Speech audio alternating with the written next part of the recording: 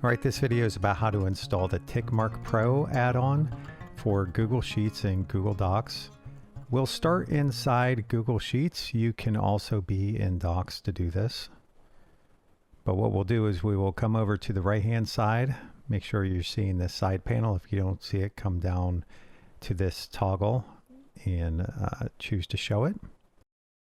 And after we install it, it will show up in the side panel right here. But if you don't have it yet, you'll be seeing a plus sign. Click on that. It'll bring up the Google Workspace Marketplace. We'll come into the search bar and search for Tickmark Pro.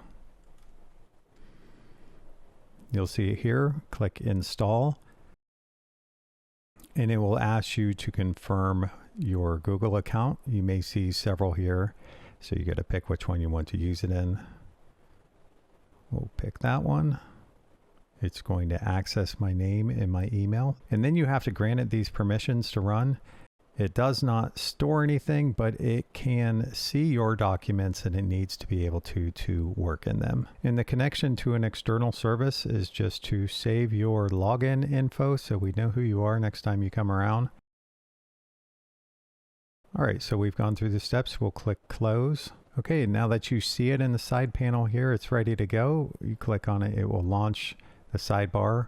We'll come over and look at Docs as well. So we will refresh this document. After you've installed it, you don't have to refresh it, but the first time, if you have it open, you'll have to. We'll click on there and then we get the sidebar for Google Docs. In this next video, we'll talk about how to use Tickmark Pro. I'm Adam Steinfurth with SheetsHelp.com and thanks for watching.